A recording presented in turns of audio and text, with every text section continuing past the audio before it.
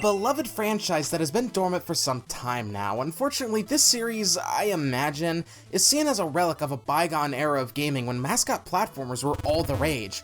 However, unlike most attempts at capturing the success of Super Mario, Mega Man was one of the few that actually did it, spawned a franchise, and was different enough to stand on its own. But how exactly did that first game do that? Before we delve into the first game in the series, let's talk about how that game actually came to be. Capcom was, and is to this day, a prolific Japanese game developer, and back then they were the kings of the arcade scene, with games like Ghosts 'n Goblins, Commando, and Street Fighter. With arcades under their thumb, their next business venture was into the console business, but as a software publisher instead of a hardware manufacturer. Capcom started off by porting their games to several home consoles of the era, the most important of which was the NES, to which in 1987, Capcom put a team together comprised of mostly new hires to make a brand new game for the NES. While several of these folks contributed a lot to the game, the one person who everyone tends to talk about and cites as the father of Mega Man, even though he didn't design the character, is Keiji Inafune. And that name, I imagine, might send shivers down some people's spines. Regardless, in December of 1987, Rockman launched in Japan, with it releasing the same month here in America as Mega Man, and by God, yeah, that box art, huh? I won't spend too much time on it, but yeah, this is awful. Honestly, while the Japanese box art does look better, this doesn't really tell me much about the game, it's just an ensemble of the characters. This would wind up contributing to the low sales of the game, with the only reason we even got a sequel being the sheer force of will on the devs' part, but that's for next time. On the more critical side of things, the game was praised and touted as some of the best the NES had to offer. Of course, that was back then, this is now, and today, the game sees more mixed reactions. While I didn't start playing Mega Man with this game, I have played it a few times before and have formed a solid enough opinion on it, so let's delve into why Mega Man shouldn't have gotten a sequel. So I'll be taking a look at this through the Mega Man Legacy Collection, a compilation of the Blue Bomber's 6 NES titles. This is fantastic, by the way. If you're thinking of playing any of these games at all, get this. You have tons of visual and control options and even a built-in rewind feature, which is really useful, especially for this first game. Before we get into the game, however, we have to talk about the story. The year is 20XX, and the world of robotics has seen a revolution thanks to the efforts of one Dr. Thomas Light, who created 6 robot masters with the sole purpose of helping humans in dangerous lines of work, such as Gutsman, for example, who was made to help with construction. He also had 2 other robots made, named Rock and Roll, who act as his lab assistants. However, one day, tragedy strikes as the 6 robot masters go haywire and start attacking humans, with Light finding out that this was the work of his former friend turned adversary, Dr. Albert Wily, who hijacked the robot masters as a form of revenge against Light. This greatly upsets the good doctor as he's unsure of what to do. But then, Rock steps forward and asks to become a fighting robot to take down the 6 robot masters and defeat Wily, and so with new armor, the Mega Buster, and the variable weapon system, Rock is transformed into the heroic Mega Man, or Rockman in Japan. It's now up to the Blue Bomber to put an end to the villainous Dr. Wily's schemes. Oh, by the way, none of that comes from the game. This is all from the Japanese plotline. First off, literally none of that is mentioned in-game, and secondly, the US manual just makes shit up like Monsteropolis, and I think even gets Dr. Light's name wrong. After the title screen, we get to the stage select, and this is one of the defining traits of the series, the ability to tackle any stage in any order. So we have plenty of options, and this offers replay value for future playthroughs. I, however, have my personal route that I like to take in these games, so let's start off with Cutman. Let's discuss how Mega Man controls first and foremost. This is, at its core, a 2D platformer, so we can move left and right and jump. Mega Man can also use the Mega Buster as his means of attack, so the name of the game is Run, Gun, and Jump.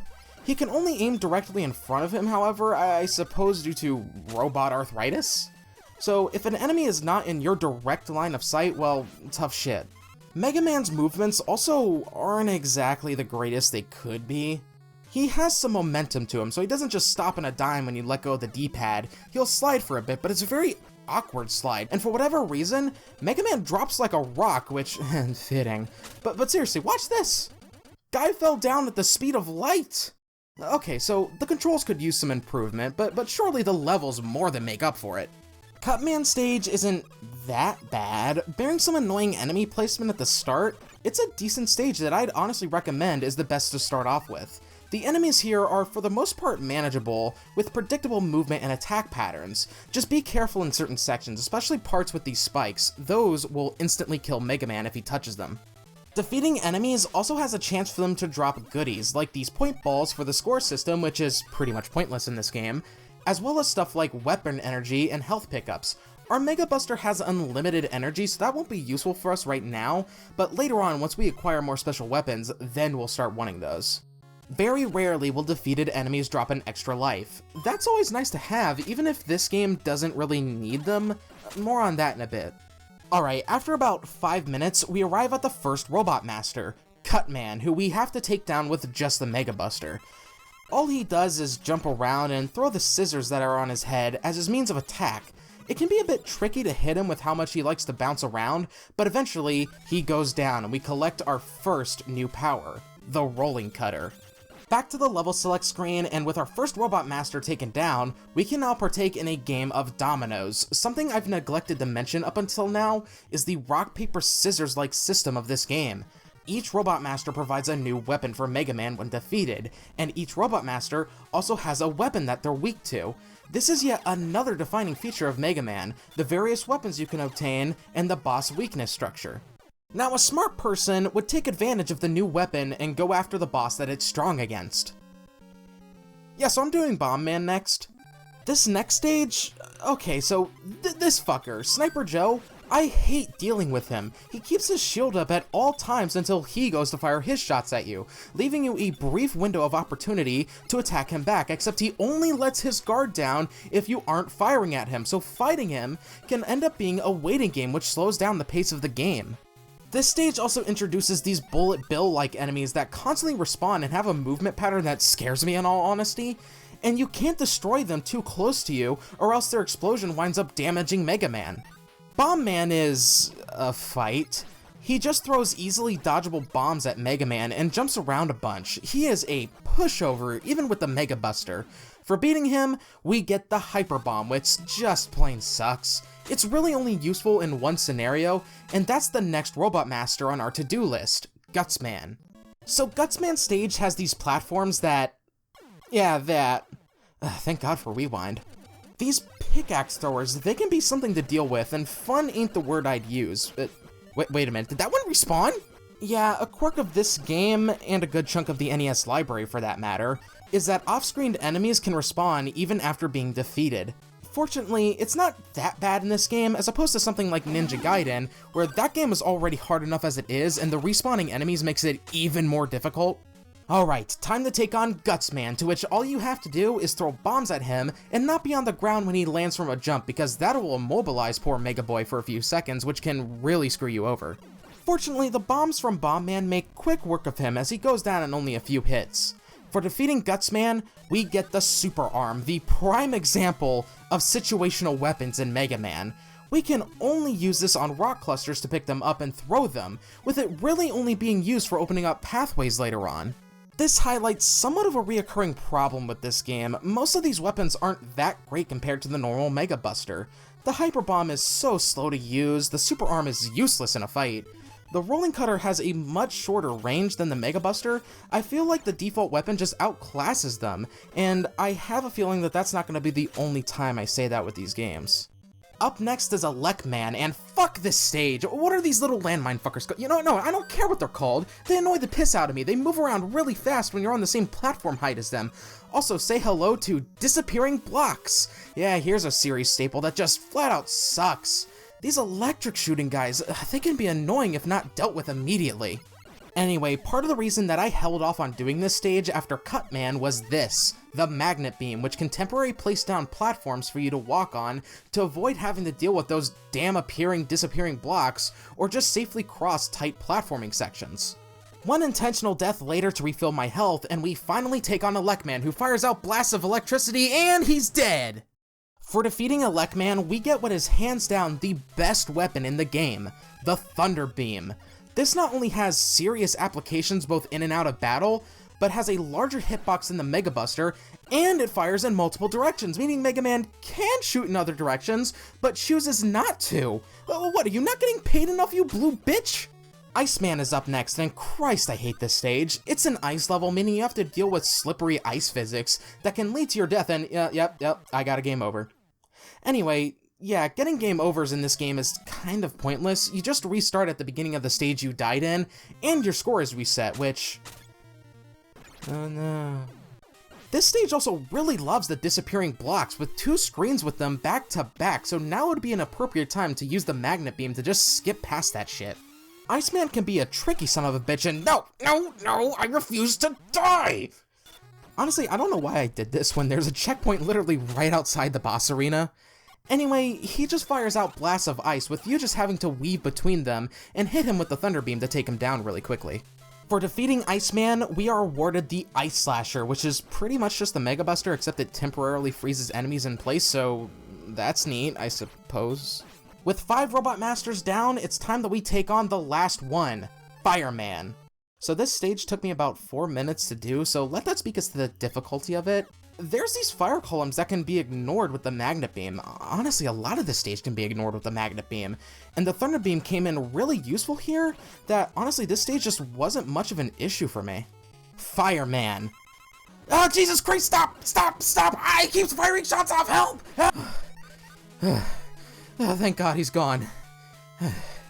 With Fireman down, we gain the Firestorm, which spawns small fireballs around Mega Man for a second and also shoots out a larger fireball from the Buster. So, while I didn't use it that much, I can see this being a good weapon for close quarters combat. With all other obstacles out of the way, we can finally take on the Mad Doctor himself, who... that's a noise. By using the Super Arm, we break into Wily's fortress and deal with the most anal platforming in the game. Seriously, what the hell is this? Also, something else I didn't like is that if you change weapons while on a ladder, Mega Man just lets go, which gave me a good scare, since I was right above a bed of spikes. At the end of the first part of the fortress, we have to fight the fucking Yellow Devil! Oh, I can't imagine fighting this thing legitimately. It hits so hard, not to mention the fact that the pattern at which it comes into the arena at is random, meaning you can't memorize this shit. So yes, of course I used the pause glitch with the Thunder Beam to quickly deplete the bastard's health, because fuck this fight. On to Wily Fortress 2, which shows that these stages are gauntlets, as our weapon and health energy don't get replenished in between the stages. We have to do that ourselves. We also have to partake in rematch fights against Cutman, who we can't use the Super Arm against because... no rocks, followed by a rematch fight against Electman, who fortunately goes down pretty quickly. At the end of Wily Fortress 2 is a doppelganger fight against Copy Robot, who will have equipped whatever weapon you have equipped. This fight can be tricky as he likes to jump around a lot, but with enough hits with the Thunder Beam, the clone proves to be no match for the original. So Wily Fortress 3 is pretty easy, all things considered. I also think this takes place in the fortress's sewer system, so that's a pleasant thought. At the end is this thing, CWU-01P. So, in case it isn't obvious, this thing's weakness is the Super Arm, which is nice and all, except once you've used all of the rocks in the room, the thing still has health. So your next logical step would be to try shooting it with other weapons, like the Mega Buster, except nothing happens. Unless you shoot it enough to where it actually finally takes damage. Why on earth did they think that this was a good way to design this fight? I remember my first time fighting this thing, and I thought I was doing something wrong, that it had something else it was weak to, but none of my weapons would do anything against it, so what am I supposed to do? Either way, this thing goes down rather anticlimactically as we move on to Wily Fortress 4. So, quick question, why does Wily have statues of Gutsman in here? That's kinda weird considering he's the big strong buff one. Our final challenge before facing Dr. Wily is rematch fights against the remaining 4 Robot Masters, and this is a back-to-back gauntlet, so be careful when it comes to taking damage here, else you might not make it to the end, and of course, Fireman ain't helping with that! Christ, dude, calm down! After making it past the gauntlet, we can finally take on Dr. Wily and his Wily machine, and honestly, The attack pattern of this thing is so predictable that you can more than easily dodge its attacks. It's weak to the firestorm, and after enough blasts with that, the cockpit is exposed, meaning that we now have to shock the machine with the thunder beam to properly destroy it. Wily's plans are foiled, with him groveling at Mega Man's feet for forgiveness, to which Mega Man just leaves. Like, okay, I can understand him not killing the guy, but come on, Rock, arrest him or something. Jeez, he really did just hit him with the, hey, don't do that shit again, or I'll come by and destroy your property. Mega Man returns home to Dr. Light and Roll, having saved the day, ending Mega Man. In case my tone during this video didn't make it clear enough, this game is kind of meh. Like, I don't think it's bad or anything, just eh. There are some shining examples of excellent game design here, but it tends to get overshadowed by some mechanics that are just not thought out as much as they could be, like the special weapons, or certain spots of poor enemy design / placement, or even the controls. While yes, graphically this game looks great for the time it came out in, that doesn't help the fact that Mega Man has some sloppy control issues that really hinder the experience. It's very clear that this was a first attempt at making a game like this for the developers, and while what they did was serviceable enough to receive praise from gaming outlets of the time, that didn't help the sales that wound up informing Capcom higher-ups that this game just wasn't worth investing more effort into. Despite that, however, the devs still wanted to give this game another shot, and thus in their off time, worked on the sequel, which, you know, let's explore that sequel next time. Be sure to subscribe if you would like to see what all that sequel entails. But until next time, have a great day or night. Peace.